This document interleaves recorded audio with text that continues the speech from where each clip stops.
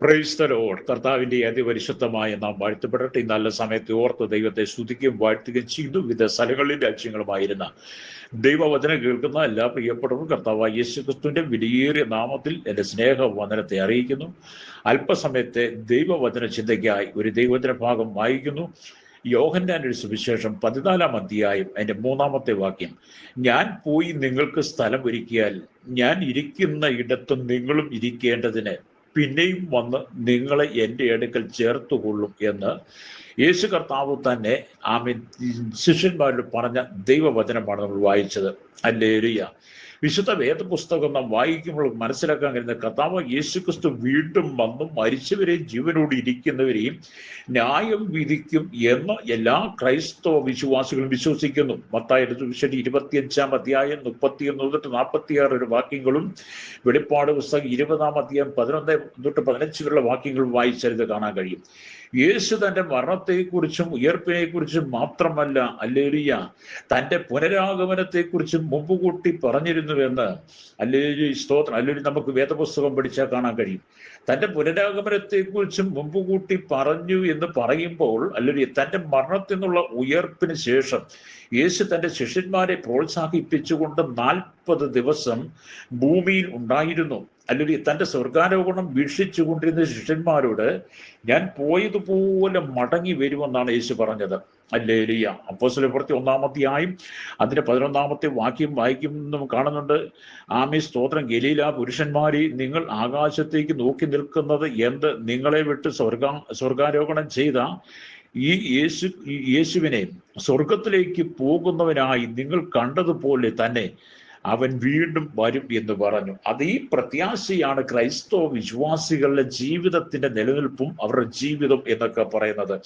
കാരണം കർത്താവ് യേശുക്രിസ്തു മരിച്ച് കല്ലറയ്ക്കകത്ത് ഒതുങ്ങിയവനല്ല, കല്ലറയ്ക്ക് അവനെ ഒതുക്കാൻ കഴിഞ്ഞില്ല. 3-ാം നാൾ അതിശക്തിയോടെ ഉയർത്തെഴുന്നേറ്റ് മഗ്ദലക്കാരത്തി മറിയയ്ക്കും എമ്മൗസിലേക്ക് പോയ ശിഷ്യർക്കും 500-ലധികം പേർക്കും 11 പേർക്കും പ്രത്യക്ഷമായി എന്നും. ഹല്ലേലൂയ.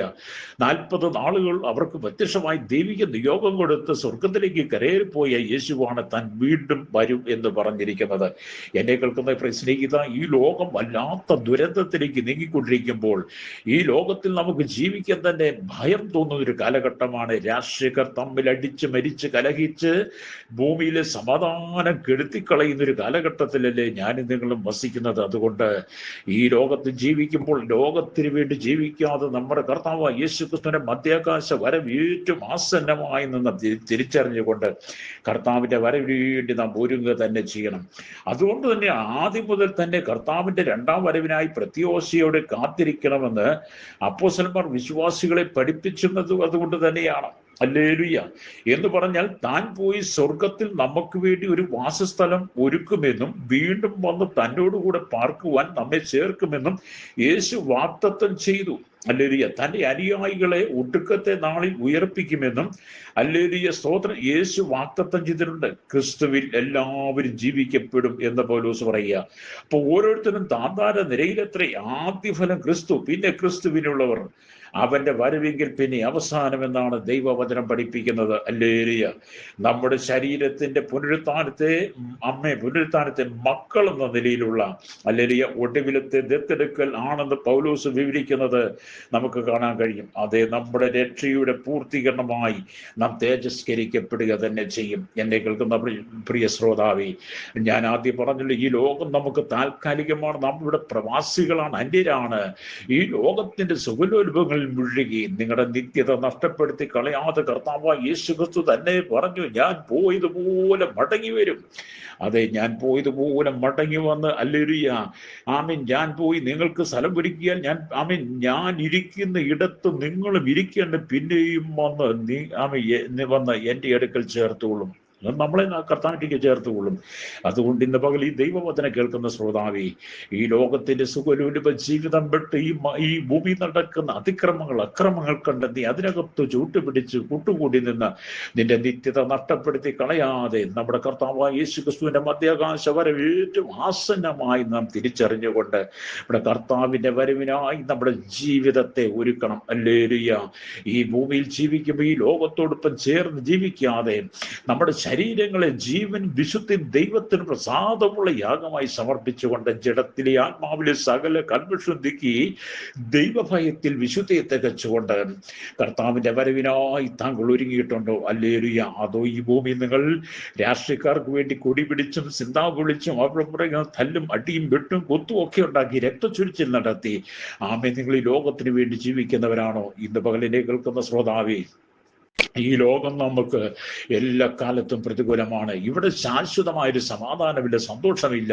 നമ്മുടെ കേരളം പരിശോധിച്ചവർക്ക് എവിടെയെങ്കിലും സമാധാനമുണ്ടോ? രാജ്യം നോക്കിയായിട്ട് സമാധാനമുണ്ടോ? ലോക രാജ്യങ്ങൾ നോക്കിയിട്ട് സമാധാനമുണ്ടോ? ഈ ഭരണ സംവിധാനങ്ങളൊക്കെ സമാധാനമുണ്ടോ? എവിടെ നോക്കിയാലും അസമാധാനം കൊണ്ട് മനുഷ്യന്റെ ജീവന് യാതൊരു വിലയില്ലാതെ ഈ ഭൂമി മനുഷ്യനെ പന്ത് തട്ടിക്കൊണ്ടിരിക്കുകയാണല്ലോ. അത്രമാത്രം മനുഷ്യന്റെ വില നശിച്ച് മനുഷ്യന് വിലയില്ലാതാക്കി കളയുമ്പോൾ കർത്താവ് യേശു ക്രിസ്തു നമ്മെ ഭൂമിയിൽ വിലയുള്ളവനായിട്ടാണ് സൃഷ്ടിച്ചത്. ഹല്ലേലൂയ. നാം കർത്താവിന്റെ വിലയേറിയവനും മാന്യനുമാണ്. അതുകൊണ്ട് നിങ്ങളുടെ ജീവിതത്തെ നിങ്ങൾ തകർത്ത് കളയരുത്. കർത്താവ് തന്നെ പറഞ്ഞല്ലോ, കർത്താവ് പോയതുപോലെ വന്ന് സകലരെ ന്യായം വിധിക്കുമെന്ന്. ഹല്ലേലൂയ. മരിച്ചവർക്കും ജീവനോടെ ഇരിക്കുന്നവർക്കും ഒരു തേജസ്കരണമുണ്ട്, ഒരു ഉയർപ്പുണ്ട്. അതുകൊണ്ട് 1 തെസ്സലോനിക്യ ലേഖനം 4-ാം അധ്യായം 16-17 വാക്യങ്ങൾ പറയുന്നത്, കർത്താവ് തൻ ഗംഭീരനാദത്തോടും പ്രധാന ദൂതന്റെ ശബ്ദത്തോടും ദൈവത്തിന്റെ കാഹളത്തോടും കൂടെ സ്വർഗത്തിൽ നിറങ്ങി വരികയും ക്രിസ്തുവിൽ മരിച്ചവർ മുമ്പേ ഉയർത്തെഴുന്നേൽക്കുകയും ചെയ്യും. പിന്നെ ജീവനോടെ ശേഷിക്കുന്ന നാം അവനോട് ഹല്ലേലൂയ ഒരുമിച്ച് ആകാശത്തിൽ കർത്താവിനെ എതിരേൽക്കുവാൻ മേഘങ്ങളിൽ എടുക്കപ്പെടും. ഇങ്ങനെ നാം എപ്പോഴും കർത്താവിനോട് കൂടെ ഇരിക്കും.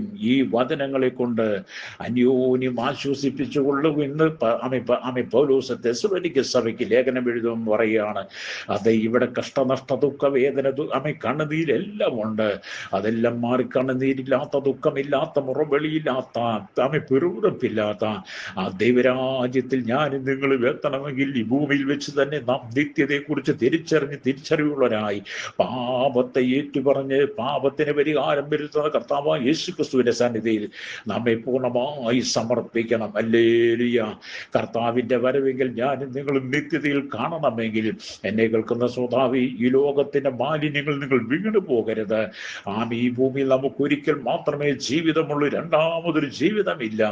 നാം ചെയ്ത സകല പ്രവർത്തിക്കും ദൈവം നമ്മെ ന്യായം വിധിക്കുമ്പോൾ ആ ന്യായവിധിയുടെ നാം നിത്യമായ നരകാഗ്നിയിലേക്ക് നരകക്കടലിലേക്ക് തള്ളപ്പെട്ടു പോകാതിരിക്കണമെങ്കിൽ ഭൂമിയിൽ വെച്ച് തന്നെ കർത്താവ് യേശു ക്രിസ്തുവിൽ വിശ്വസിച്ച് പാപത്തിന് പരിഹാരം വരുത്തി നാം ശുദ്ധീകരണം വരുത്തി കർത്താവ് യേശു ക്രിസ്തുവിൽ ആത്മരക്ഷ പ്രാപിക്കുന്ന വ്യക്തിക്ക് മാത്രമേ നിത്യമായ രാജ്യത്തിലെത്താൻ കഴിയുള്ളൂ. ഹല്ലേലൂയ. ഇന്ന് പകൽ നിങ്ങൾ വിവിധ സ്ഥലങ്ങളിൽ വചനം കേൾക്കുമ്പോൾ നിങ്ങൾ കടന്നു പോകുന്ന പ്രതികൂല സാഹചര്യങ്ങൾ പലതുമായിരിക്കാം. നിങ്ങൾക്ക് പല നൊമ്പരങ്ങളും വേദനകളും കാണാം. പക്ഷെ അതിന്റെ നടുവിലും നിനക്കുള്ള നിത്യത നഷ്ടപ്പെടുത്തി കളയരുത്. കർത്താവ് തന്റെ വരവേറ്റവും ആസന്നമായി വിവിധ നിലകളിൽ വിശുദ്ധ തിരുവെഴുത്തിലൂടെ വെളിപ്പെടുത്തുമ്പോൾ, ലോക സംഭവങ്ങൾ വെളിപ്പെടുത്തുമ്പോൾ നാം നിത്യതയ്ക്ക് വേണ്ടി ഒരുക്കമുള്ളവരായി തീരട്ടെ. ഞാൻ നിങ്ങൾക്ക് വേണ്ടി പ്രാർത്ഥിക്കുവാൻ ആഗ്രഹിക്കണം. വായിച്ച വചനം എന്താണ്? യേശു പോയതുപോലെ മടങ്ങി വന്ന് താൻ ഇരിക്കുന്നിടത്ത് നമ്മെ ചേർത്തുകൊള്ളുമെന്നുള്ളതാണ്.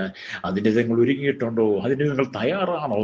അല്ലെങ്കിൽ ഇന്ന് തന്നെ നിങ്ങൾ കർത്താവിന് വേണ്ടി നിങ്ങളുടെ ഹൃദയം കൊടുക്കണം. കണ്ണുകളുടെ ചാട്ട പരിശുദ്ധ ഞങ്ങളുടെ നല്ല ദൈവമേ, സ്വർഗ്ഗ പിതാവേ, അനുഗ്രഹിക്കപ്പെട്ട നല്ല സമയത്തിനായി ഞങ്ങൾ ദൈവത്തെ സ്തുതിക്കുകയും വാഴ്ത്തുകയും ചെയ്യുന്നു. ലോക രാജ്യങ്ങളിൽ വിവിധ സ്ഥലങ്ങളിൽ നിന്ന് വചനം കേൾക്കുന്ന സകല ജനത്തെ അവിടുത്തെ കരങ്ങളിൽ ഏൽപ്പിക്കുന്നു.